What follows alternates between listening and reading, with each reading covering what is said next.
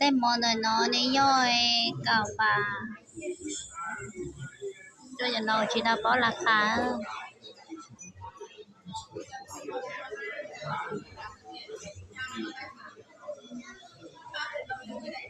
nó là tôi